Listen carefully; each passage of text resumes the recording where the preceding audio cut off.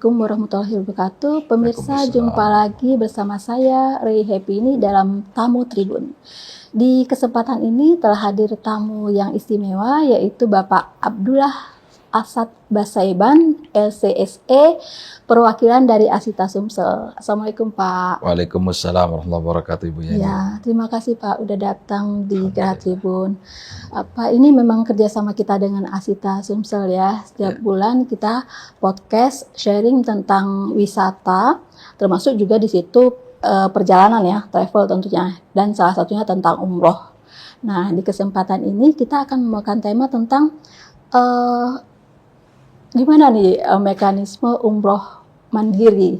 Jadi kalau mau umroh mandiri, ini nih saran dari owner travel umroh, yaitu Bapak Abdullah Asad Basaiban. Nah, Pak Asad, ini kan umroh mandiri, kalau dulu disebutnya populernya umroh backpacker ya Pak ya. Udah banyak sekali tuh dilakukan oleh orang Indonesia. Orang Palembang tuh banyak juga sih yang melakukan umroh backpacker. Nah, sekarang baru belum sebulan disahkan oleh pemerintah. Kalau dulu kan cemas tuh ya, yang umroh backpacker itu dijaring lah sama askar di sana informasinya ya. Jadi kurang ada apa ya? Ada rasa was-was juga ketika melakukan umroh backpacker. Nah, dengan disahkannya umroh mandiri disebutnya oleh pemerintah. Nah, gimana tanggapan dari Bapak Abdullah? Silakan Pak. Ya, terima kasih Ibu. Umroh mandiri ini sebetulnya lahir dari istilah Undang-Undang Umroh Privat atau Umroh Perseorangan. Sebetulnya umroh mandiri ini bukan hanya tahun 2025 ini saja disahkannya. Tetapi dulu istilahnya Undang-Undang Nomor 8 2019 itu diistilahkan dengan umroh privat atau umroh perseorangan. Namun yang beredar di luar sana secara organik lahirlah istilah umroh backpacker. Bahasanya sebetulnya privat atau perseorangan. Dalam artian orang yang melaksanakan ibadah umroh secara mandiri sekarang istilahnya. Namun perlu diketahui, umroh mandiri ini bukan berarti asal mandiri bisa sesuka-sukanya berangkat, tidak. Undang-Undang PIHU nomor 87 jelas tahun 2025, umroh mandiri tetap tidak menghilangkan ketentuan kewajiban dua komponen penting di negara ini, yaitu harus melalui penyelenggara resmi, dalam hal ini travel yang berizin umrah. Yang kedua, tetap harus melaporkan ke sistem kementerian. Saat ini dikelola oleh Kementerian Haji. Bukan berarti lantas mandiri bisa berangkat kapan saja, sesuka-suka hati, nggak bisa begitu. Nah, akhirnya karena edukasi yang kurang merata dan banyak dalam tanda kutip orang-orang yang mengambil kesempatan dalam momentum umroh mandiri ini, kemudian mereka melakukan semacam kegiatan seminar, terus kemudian di seminar itu mereka mengistilahkan sebagai praktisi umrah mandiri, influencer dan macam-macamnya, dan di situ diedukasi bahwasanya saatnya sekarang bisa ngeberangkatin umrah tanpa harus buka travel. Itu tidak diperbolehkan, dan itu pidana jelas Ibu. Oh iya. Nggak boleh itu. Jadi yang dikatakan mandiri adalah mereka betul-betul meng-hire programnya sendiri. Tetap datang ke travel, kami mau berangkat umrah untuk pribadi atau dengan keluarga, saya maunya dibantu untuk proses visanya. Mereka hanya tidak tidak dibekali oleh pendamping, tidak ada perlengkapan, kemudian tidak ada tour guide, mereka meng-hire programnya sendiri, seperti itu Ibu. Itulah yang dikatakan umrah mandiri yang sebenarnya. Itu. Oh iya gitu. Jadi tetap harus koordinasi atau koordinasi dengan travel ya, wajib. Travel umroh. Kenapa? Karena yang namanya orang mau berangkat ibadah itu, mereka harus ada kenyamanan. Dalam artian kenyamanan itu meliputi keamanan. Kalau umpamanya tidak dilindungi secara entitas, kalau terjadi sesuatu di sana siapa yang dirugikan? Tentu adalah masyarakat itu sendiri. Nah, ini penting Ibu di edukasi. Karena di dalam penyelenggaraan ibadah umrah, sekarang kan ada istilah namanya nusuk ya. Iya. Pengajuan visa melalui nusuk. Itu adalah platform milik Saudi Arabia. Platform nusuk itu bisa kita mengajukan pribadi, tetapi kapan keluarnya kita tidak tahu. Nah, andai kata terus kemudian yang bersangkutan sudah membeli tiket melalui aplikasi-aplikasi tiket, terus kemudian hotel melalui aplikasi hotel, ternyata visanya tidak kunjung keluar, rugi dong, hangus. Nah, itulah pentingnya kenapa tetap harus dilindungi oleh entitas yang resmi, sehingga kalau terjadi sesuatu hal, masyarakat terlindungi. Iya. Pak Abdullah bisa nggak dibandingin ya, atau gimana nyebutnya ya? Oh, kalau misalnya umroh mandiri begini, kalau umroh dengan travel begini. Jadi bedanya tuh apa? Kita selama ini berpikir ya, kalau kita yang awam, oh kalau umroh mandiri bisa dong, berarti kita pergi aja gitu. Saya daftar secara online nusuk tadi ya, pergi aja sendiri, bisa langsung ke sana. Selama ini pikirannya orang awam begitu ya, kurang lebih. Nah, ternyata harus ada koordinasi juga, atau dia juga masih butuh bantuan dari travel umroh. Nah, bisa nggak bandingin. Jadi orang tuh mikir, oh kalau umroh mandiri pastilah lebih murah daripada umroh melalui travel. Nah, bisa nggak liatin gitu? Gimana? Jadi begini, umrah mandiri itu pada prinsip istilahnya adalah jemaah atau orang perseorangan yang ingin menunaikan ibadah umrah, mereka mengemas programnya sendiri. Mau berangkatnya kapan tanpa harus memilih paket yang ada di travel. Itulah dikatakan mandiri kan. Jadi kapan saya ada waktu saya mau berangkat. Bulan apa saya mau berangkat, menentukan tanggalnya sendiri. Itulah dikatakan mandiri. Lalu kemudian yang membedakan antara mandiri dengan melalui program travel adalah itu tadi, yang pertama adalah mandiri waktu, mandiri tanggal, mandiri bulan, mandiri mencari paket. Lalu mereka keluar dari beberapa komponen yang memang sudah disiapkan oleh travel. Kalau paket yang dibuat oleh travel kan memang ada komponen-komponen yang memang harus dibayar.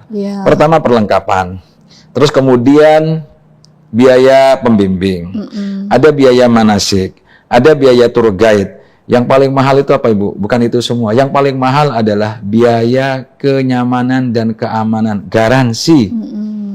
Kalau sampai tidak berangkat, itu ada sanksi-sanksi yang berat yang dikenakan oleh pihak pemerintah terhadap travel tersebut.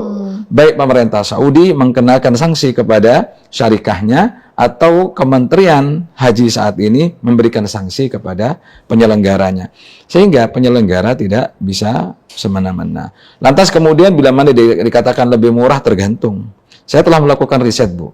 Saya penyelenggara dan saya juga sudah beberapa tahun ngurusin umrah dan haji. Saya melakukan riset dengan saya berangkat sendiri, dengan saya menjadikan diri saya sebagai perseorangan. Saya ngambil tiket melalui platform, terus kemudian hotel melalui platform, lantas kemudian ngurus visanya tentu melalui penyelenggara resmi. Apa yang terjadi ada di sana? Nggak hemat-hemat banget.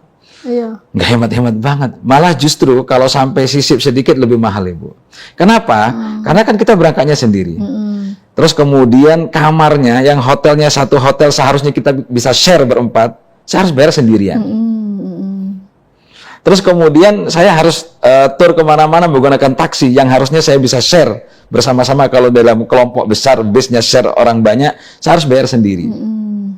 Makan juga kemudian saya harus makan sendiri. Ternyata kemudian setelah dihitung, itu dengan paket yang sangat-sangat standar, itu jauh tetap lebih murah melalui travel resmi yang mana mereka share-nya secara grup. Seperti itu. Gitu ini penting bagi calon jemaah umrah mandiri untuk betul-betul mentelaah maksud daripada mandiri. Kalau mandiri dalam artian adalah murah, jangan pilih-pilih hotel. Cari di aplikasi, ya tak? Bandingkan harga. Ya. Terus kemudian hotel yang paling murah, ambil itu, dijamin jaraknya pasti jauh. Dia atau malah milih homestay. Betul. Dan ada saudara saya, itu dia juga melakukan umrah mandiri. Saya bilang, Coba aja cari hotel yang termurah, nanti visanya ambil di travel resmi, dia betul cari yang termurah. Begitu sampai di sana jaraknya 6 kilo. Harus naik taksi lagi dong, Betul. berarti. Setelah dia hitung-hitung, yang seharusnya di travel itu dengan biaya paket terhemat yaitu jarak hotel yang hanya kurang lebih kalau di Madinah sekitar 450 meter sampai 500 meter, sedangkan di Mekahnya jarak-jarak antara 700 meter maksimal, dia dengan jarak yang 6 kilo. Melalui penyelenggara resmi sudah dilayani dengan fasilitas pelayanan, terus didampingi segala macamnya, tinggal makan. Hanya di angka 26-28 dia menghabiskan di angka 37 juta. Lebih mahal jatuhnya. Jadi penting. Jadi umroh mandiri itu perlu dan sangat perlu adanya edukasi yang menyeluruh, terbuka dari siapapun, dari penyelenggara, dari pemerintah. Atau mungkin kalau ya ada saudara di situ, mungkin ya. Betul. Berbeda dengan kalau ada saudara di sana. Mereka dikatakan mandiri, jadi proses visanya melalui penyelenggara resmi, kemudian di sananya tinggal di rumah saudara. Atau kenalan mungkin. Betul. Nah, ini kan karena tema kita mau umroh mandiri, begini saran dari owner travel, mungkin gimana nih kalau bagi yang terlanjur ingin nyoba umroh mandiri? Oke. Bagi yang ingin nyoba umroh mandiri, yang pertama pilih hotelnya. Ya. Kalau umpamanya melalui platform, cari platform yang memang di situ biasa dipakai. Mungkin kita di sini tidak menyebutkan nama platformnya ya. Terus kemudian hotelnya, penerbangannya dicari. Setelah mendapatkan itu semua, hemat saya, jangan lantas kemudian memutuskan untuk umrah mandiri secara dalam tanda kutip, dia kemudian meng-hire dengan sendirinya. Coba kemudian dibandingkan ke penyelenggara. Saya jamin Ibu, yang dikatakan umrah mandiri dengan istilah itu adalah perseorangan. Apabila itu datang ke travel, kemudian minta untuk di-hire-kan programnya sendiri tanpa adanya pembimbing, saya jamin melalui penyelenggara atau resmi itu tetap lebih hemat dibandingkan harus kemudian beli dari platform ini. Gitu. Bisa dibuka saja kok. Misal tiket ya. Tiket ya. Sekali berangkat kalau dilihat yang termurah itu antara kurang lebih sekitar 5 sampai 6 juta. Itu dengan transit. Satu kali one way. PP itu bisa antara sekitar 11-an. Ya toh. Sedangkan penyelenggara itu mengambil tiket PP itu sudah direct, itu spare-nya nggak banyak kok. Nggak banyak. Terus kemudian yang namanya penyelenggara itu kan mereka sudah punya perwakilan masing-masing. Terus kemudian ada kerjasama masing-masing. Tetap harga corporate hotel itu jauh lebih hemat dibandingkan personal. Nggak usah jauh-jauh deh. Kalau umpamanya kita booking hotel di Indonesia nih, di Palembang ini misalnya. Kita personal, apalagi walk-in ke hotel, jauh lebih mahal dibandingkan kalau kita membooking hotel corporate. Tribun misalnya. Booking salah satu hotel di Palembang secara corporate lebih murah dibandingkan Ibu Yeni berangkat sendiri ke hotel lantas kemudian booking personalan. Itu maka saran saya bagi yang sudah terlanjur ingin melakukan program umrah mandiri itu tadi, jangan buru-buru lantas kemudian membeli semua komponen-komponen yang ada, coba diperbandingkan dengan penyelenggara resmi sehingga di situ mendapatkan tujuan utama daripada umrah mandiri itu kan sebetulnya mereka yang mengatakan umrah mandiri mencari murahnya, Bu. Iya. Belum lagi tour guide-nya, belum lagi mutawifnya. Ya. Dan umrah mandiri tidak saya sarankan untuk orang yang belum pernah berangkat ibadah umrah. Umrah mandiri itu adalah cocok untuk orang yang pernah menunaikan ibadah. Yang sudah berkali-kali. Yang sudah berkali-kali karena udah tahu situasi yang ada di sana. Kalau belum pernah sama sekali kan buta, sama halnya seperti orang yang berjalan tapi tidak bisa lihat, meraba-raba. Sisip dikit nanti malah salah di dalam menjalankan ibadahnya. Bahaya, mencari murah malah nggak sah nantinya. Jadi apa frame yang sebelumnya muncul gitu ya, secara awam ya, saya sendiri sih. Jadi apa yang disampaikan oleh Pak Abdullah bin Syaiban ini agak apa ya? Oh ternyata beda nih frame-nya. Oh mungkin kalau sama kayak orang travel kemana gitu ya. Iya, betul. Bebas betul. aja gitu, Betul, ngatur betul. waktunya bebas. Ternyata ada banyak sekali yang perlu diperhatikan kalau mau umroh mandiri. Gini, penting saya sampaikan, karena ibadah umrah ini namanya saja sudah di depannya sudah ibadah. Berbeda dengan kita tur non ibadah ya Ibu. Kita salah jalan aja masih nggak ada masalah ya. Paling cuma telat waktu. Misalnya kita mau ke Kuala Lumpur nih misalnya, kita mau melakukan tujuan perjalanan ke satu titik, kemudian salah jalan, ya nggak ada masalah, hanya waktunya saja bertambah, terus kemudian agak muter-muter. Tapi kalau ibadah, karena memang label di awalnya itu sudah ibadah, salah jalan bukan hanya sekedar salah jalan-jalannya Ibu, tapi salah jalan bisa mengakibatkan tidak sah ibadahnya. Sedangkan tujuannya kan ibadah. Iya. Nah, ini penting ini. Kenapa harus dibimbing supaya tidak salah di dalam menjalankan rangkaian ibadahnya. Bukan hanya sekedar perjalanannya, berbeda, jauh sangat berbeda dengan tur-tur non ibadah. Namanya aja udah berbeda. Ibadah umroh. Jadi bukan hanya sekedar tur. Nah, turnya di situ kita tadabbur ya, menapak tilasi sejarah Rasulullah sehingga dan orang-orang yang soleh yang ada di Mekah dan di Madinah dalam perjalanannya, para sahabat Nabi, keluarga Nabi, sehingga di situ ngecas iman. Iya. Gitu. Kita lanjut lagi nih. Tadi udah disampaikan oleh Pak Abdullah kurang lebihnya tur atau umroh mandiri ya. Nah, persyaratan apa aja tuh yang harus disiapkan untuk umroh mandiri itu dibanding dengan umroh sama travel? Persyaratannya, persyaratannya pasti punya uang. Ya. Yang nomor 2 ada waktu. Iya. Sehat jasmani dan rohani.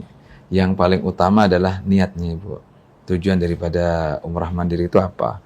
Kalau umpamanya tujuannya adalah murah, ya berhati-hatilah dengan tujuan murah. Tapi kalau tujuannya adalah niatnya supaya fleksibel waktu, boleh-boleh saja. Yang paling utama syaratnya itu saja menurut saya. Yang pasti sehat jasmani rohani. Dan menentukan jadwalnya dengan sebaik-baik mungkin. Ya, itu saja. Kalau dari sisi keamanan gimana tuh? Kalau sisi keamanan yang pasti kalau mandiri, keamanannya sendiri tentu tidak terjamin seaman melalui penyelenggara. Kalau melalui penyelenggara mereka sudah dijamin oleh penyelenggaranya karena ada entitas resmi yang penyelenggara itu tidak bisa bermacam-macam. Mohon maaf Ibu, mungkin ada sebagian orang umrah mandiri biar selamat daripada dari travel nakal. Kan tidak setiap semua travel nakal tuh Ibu. Segala sesuatu pasti ada oknumnya. Penyelenggara yang ada di Indonesia ini ratusan. Bahkan penyelenggara ibadah umrah itu lebih daripada 2.000. Kalau lantas kemudian ada yang nakal 2-3, apakah semua digeneralisir? Kan tidak. Segala sesuatu itu ada istisnanya, ada pengecualiannya. Soal keselamatan, keamanan tentu melalui penyelenggara lebih selamat, lebih aman. Gitu ya. Kalau udah terlanjur pergi mandiri? Coba aja. Nanti baru bisa merasakan. Dan penting saya sampaikan juga untuk seluruh penyelenggara, artinya di sini momentum Allah memberikan kesempatan bagi seluruh penyelenggara untuk lebih berkreativitas, menjaga standar mutu pelayanan, sehingga juga tidak perlu panik dengan adanya undang-undang umrah mandiri. Nanti pada saatnya orang-orang yang pernah menunaikan ibadah umrah mandiri itu mereka akan tahu kok Bu, seperti apa rasanya berangkat sendiri dan seperti apa rasanya berangkat dilayani. Intinya siapapun yang bermacam-macam dengan adanya undang-undang umrah mandiri ini, lantas kemudian mengistilahkan, enak sudah nggak perlu punya travel, bisa mengakomodir. Itu jelas Bu undang-undangnya. Undang-undang PIHU nomor 122 dan Undang-Undang PIHU nomor 124 2025 itu jelas diterangkan bahwasanya barang siapa yang mengakomodir, menghimpun jamaah, terus kemudian menghimpun dana tanpa melalui regulasi yang resmi, itu dikenakan undang-undang pasal pidana. Pidananya nggak main-main, 6 tahun. Iya, iya. Nah, kalau Najah tuh udah lama banget ya eksis. Alhamdulillah, Najah di Sumatera Selatan sejak tahun 2006, Ibu. Kalau 2006. izinnya Najah itu sejak 2002. 2002. Oh, di sini 2000 di Sumatera Sumsel Selatan 2006. 2006, berarti udah 19 tahun ya. Udah lama udah lumayan lama banget ya. Nah, kalau dari pengalamannya Najatur sendiri, Bapak sebagai ownernya Najatur, nah kecenderungan umroh mandiri dibanding umroh dengan travel, tentu lebih banyak umroh travel ya. Nah, ini muncul, kenapa bisa muncul adanya umroh mandiri ini? Dalam tanda petik yang saya tangkap sebelumnya karena orang mencari murah. Nah, ternyata apa yang disampaikan oleh Pak Abdullah Asad Basyaiban, ternyata soal murah itu relatif sekali ya, relatif sekali, apalagi untuk yang baru mau mencoba. Nah, kalau kita lihat sendiri sekarang di Sumsel ini umroh travel itu seminggu tuh ribuan ya, bahkan ada travel yang sampai mencarter pesawat khusus berapa kali dalam sebulan untuk memberangkatkan umroh jemaah Sumsel yang sangat antusias. Karena tunggunya aja sekarang diratakan 26 tahun ya. Untuk haji ya? Jadi orang karena hajinya lama banget, akhirnya pilih umroh. Bahkan ada tuh info katanya belum terkonfirmasi.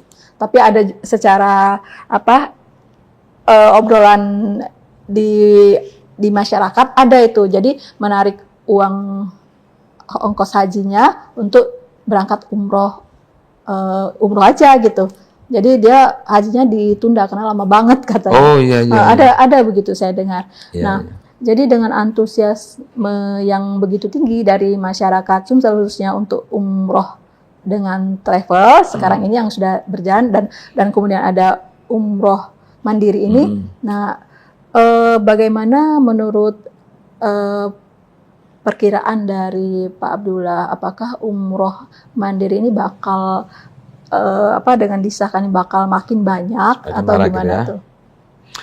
Menurut saya umroh secara mandiri ini punya kelasnya masing-masing, dalam artian dengan adanya undang-undang umrah mandiri yang sudah disahkan oleh pemerintah, lantas kemudian berbanding membeludaknya bahkan mengalahkan jumlah jamaah yang menunaikan ibadah secara terkoordinir melalui penyelenggara, saya kira tidak, Ibu.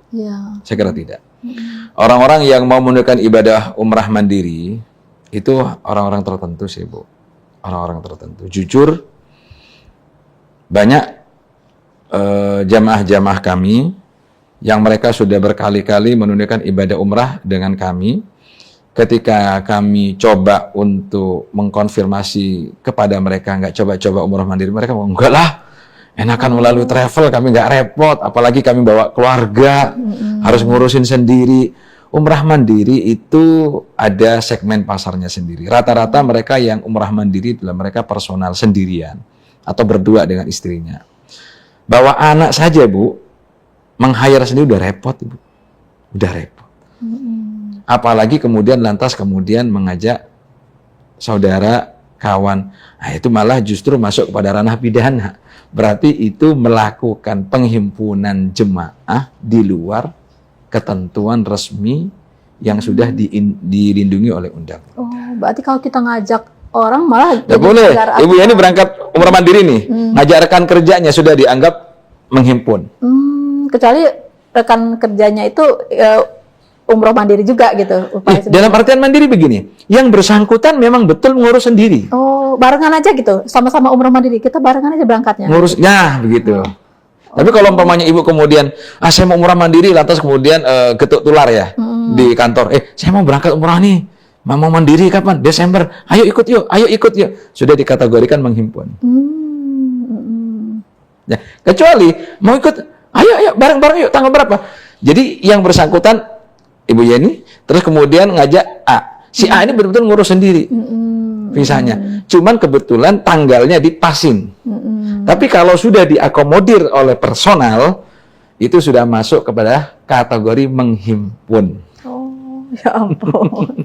Berarti perlu banget nih sosialisasi. Penting ada edukasi dan sosialisasi. Nah, saat ini banyak berseliweran, bahkan yang ada di TikTok, yang ada di Instagram, di medsos, bahkan mereka mengistilahkan, ayo umrah mandiri, nanti saya bantu, saya kawal. Itu sudah kategori menghimpun.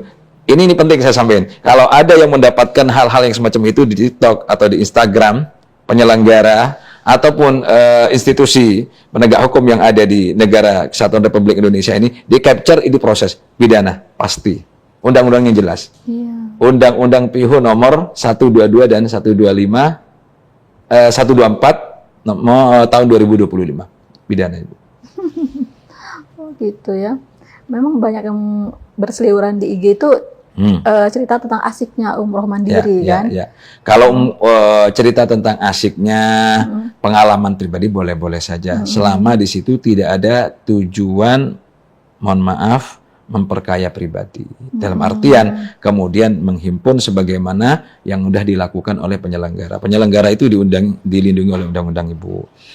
Biayanya tidak murah, ada biaya perawatan, ada sertifikasi, dan ada karyawan yang harus dihidupi. Berapa kepala yang berada di bawah lindungan penyelenggara. Adalah sebuah kegiatan hal yang sangat mulia. Baik secara langsung karyawannya itu atau yang tidak langsung. Yang tidak langsung seperti tour guide yang ada di Tanah Suci. Pihak catering dan yang lain-lainnya. Banyak Ibu komponennya. Jadi kita kecuali orang yang udah biasa jalan ya, mungkin yang udah biasa tur, yang jadi bukan biasa tur ya, tapi sudah pernah menunaikan ibadah. Kalau umpamanya terbiasa tur, mungkin dia bisa berangkatnya. Itu tadi yang saya sampaikan di awal. Tujuannya adalah ibadah. Jangan sampai salah menyelenggarakan ibadah. Sedikit kemudian tidak sah. Apa tujuannya kemudian berangkat ke Mekah, ke Madinah? Hanya sekedar jalan-jalan? Enggak. Karena ada rukun yang harus dipenuhi. Ada rukun-rukunnya yang harus dipenuhi. Berbeda, namanya juga udah ibadah. Sama halnya seperti orang sholat, kemudian tidak mau pakai guru. Asal melihat ada orang, begini takbir, kemudian ruku, kemudian sujud. Tujuannya apa? Niatnya apa? Dia mungkin secara zahir, secara kasat mata dia melakukan aktivitas sebagaimana orang sholat, tetapi dia tidak dikatakan sholat karena tidak menggunakan niat. Sama seperti orang berangkat ke Tanah Suci Mekah Madinah, secara zahir, secara luarnya mungkin nampak ibadah, tapi dia tidak menggunakan ibadah umrah, Ibu. Kenapa? Salah niatnya, salah jalannya, rukunnya salah. Ini penting. Ketika harus niatnya di mana gitu ya, harus pakai ihramnya di mana gitu. Jangan terjebak dengan istilah umrah mandiri dalam artian tanda kutip adalah mencari murahnya. Karena keabsahan daripada ibadah itu sendiri yang paling utama. Tujuan kita ibadah adalah mencari ridha Allah. Ya, apalagi kemudian perjalanannya kemudian bertujuan hal-hal yang lain. Iya. Oke, ternyata ini benar-benar membuka cakrawala ya. Jadi apa yang disampaikan oleh Pak Abdullah Basyaiban, insya Allah sangat bermanfaat buat pemirsa. Amin. Nah, mungkin last statement nih dari Pak Abdullah, pesan untuk para pemirsa yang mau atau tertarik untuk melakukan umroh mandiri. Silakan Pak. Bagi siapapun yang ingin menunaikan ibadah umrah mandiri, yang pertama, lindungilah diri Anda dengan rasa aman dan nyaman. Dalam rasa aman dan nyaman itu, berangkatlah menuju ke penyelenggara resmi, minta dibantu mereka untuk mengakomodir visanya, sehingga visa itu betul-betul dihandle oleh penyelenggara resmi, baik yang ada di Indonesia ataupun ada di syarikat yang ada di Tanah Suci. Mereka mempunyai kewajiban di dalam melindungi siapapun yang dibantu untuk menunaikan ibadah. Yang kedua, pastikan juga program-program yang akan dibuatnya adalah program-program yang tepat dan bisa dikonsultasikan juga dengan mungkin saudara yang udah pernah menunaikan ibadah umrah atau kepada penyelenggara. Tidak ada salahnya datang kepada penyelenggara, terus kemudian minta paketnya, hotel-hotelnya, sehingga kemudian tujuan Anda menunaikan ibadah umrah mandiri dalam artian umrah mandiri yang Anda cari adalah murah, tapi juga tanpa mengabaikan rasa aman dan nyaman. Dan yang terakhir, jangan lupa pelajari ilmunya, menunaikan ibadah sehingga berangkat ibadahnya sah, tenang, aman, nyaman, dan kemudian pulang ke tanah air bisa memberikan testimoni yang baik-baik. Yang terakhir, paling akhir sekali, jangan kemudian lantas Anda jadikan momentum umrah mandiri ini kemudian Anda jadikan ajak-ajak orang lain untuk menunaikan ibadah umrah dengan menjadikan Anda sebagai pengepul atau seolah-olah penyelenggara umrah mandiri. Karena itu nanti efeknya akan berakibat kepada efek pidana. Iya, menarik sekali ya apa yang disampaikan oleh Pak Abdullah Basyaiban, dan seperti yang saya sampaikan tadi benar-benar membuka wawasan dan cakrawala buat pemirsa tentunya ya, bagaimana saran dari Auna Travel bagi para peminat dari umroh mandiri ini. Ya. Pak Abdullah, terima kasih banyak atas Sama-sama, waktunya.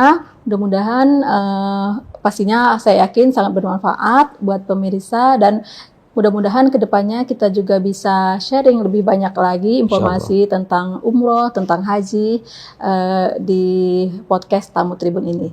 Sekali lagi terima kasih Pak Abdullah. Sama-sama Ibu. Iya. Pemirsa, Assalamualaikum warahmatullahi wabarakatuh. Sampai jumpa di kesempatan berikutnya.